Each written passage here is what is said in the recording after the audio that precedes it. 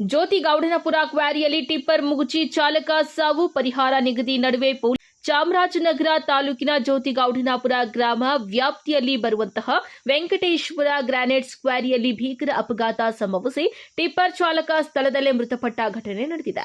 ಎತ್ತರದ ಗುಡ್ಡದ ಮೇಲೆ ಕೆಎ 107962 ಸಂಖ್ಯೆಯ ಟಿಪ್ಪರ್ ಚಲಾಯಿಸುತ್ತಿದ್ದ ವೇಳೆ ವಾಹನ ಮುಗುಚಿ ಅಮ್ಮನಾಪುರ ಗ್ರಾಮದ ದಲಿತ ಸಮುದಾಯದ ಶಿವಬಸವ ಸಾವನ್ನಪ್ಪಿದ್ದಾರೆ.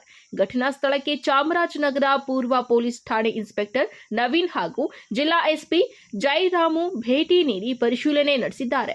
ಟಿಪ್ಪರ್ಗೆ ವಿಮೆ ಇಲ್ಲ ಎಂಬ ಮಾಹಿತಿ ಹೊರಬಂದಿದ್ದು, ಸ್ಥಳದಲ್ಲೇ ಮೃತರ ಜೀವಕ್ಕೆ 30 ಲಕ್ಷ ರೂಪಾಯಿ ಹಾಗೂ ಶವ ಸಂಸ್ಕಾರಕ್ಕೆ 1 ಲಕ್ಷ ರೂಪಾಯಿ ಪರಿಹಾರ ನಿಗದಿ ಮಾಡಿದ ಬಗ್ಗೆ ಮಾಹಿತಿ ಲಭ್ಯವಾಗಿದೆ.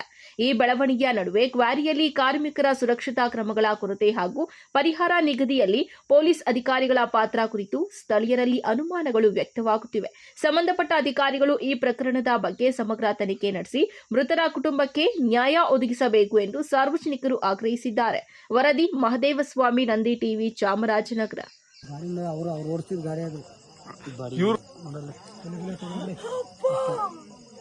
ಅಲ್ಲಿದ್ರೆ ಬನ್ನಿ ಅಣ್ಣ.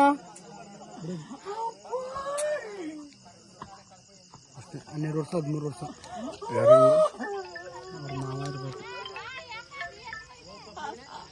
ಹೋಗಿ ಅಣ್ಣ, ಹೋಗಿ ಆ ಕಡೆ.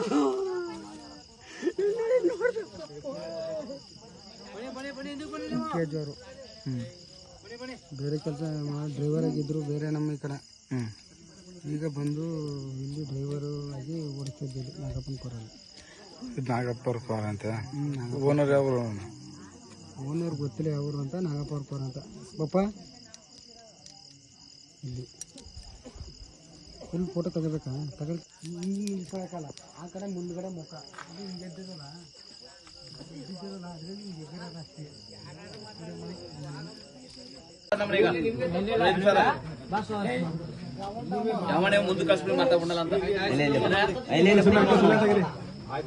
ದಯವಿಟ್ಟು ನಿಮ್ ಯುವಕರು ಮುಂದೆ ಕೈ ಮುಗಿ ಬರ್ತೇ ಮಾಡ್ತಾ ಅವ್ರು ಒಪ್ಕೋತಾರೆ. ದಯವಿಟ್ಟು ನೀವು ಸ್ವಲ್ಪ ತಾನಿರ್ಬೇಕು.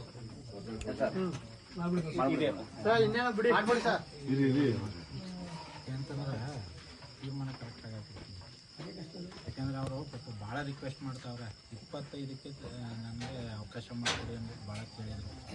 ಈಗೇನಪ್ಪ ಅಂತಂತಂದ್ರೆ ನಾವಿಬ್ಬರೇ ಮಾತಾಡ್ಬಿಟ್ಟು ಸಿಚುವೇಶನ್ ನೋಡ್ಬಿಟ್ಟು 30 ಲಕ್ಷ ರೂಪಾಯಿ ಅಂತ ಅವ್ರು ಕೇಳ್ದೇನೆ ನಾವೇ ಡಿಕ್ಲೇರ್ ಮಾಡ್ಬಿಟ್ಟು ಅದರಿಂದವ ಈಗಲೂ ನೀವು ಅವ್ರು ಕೇಳಿ ನೀವು ಡಿಸೈಡ್ ಮಾಡಿದ್ನು.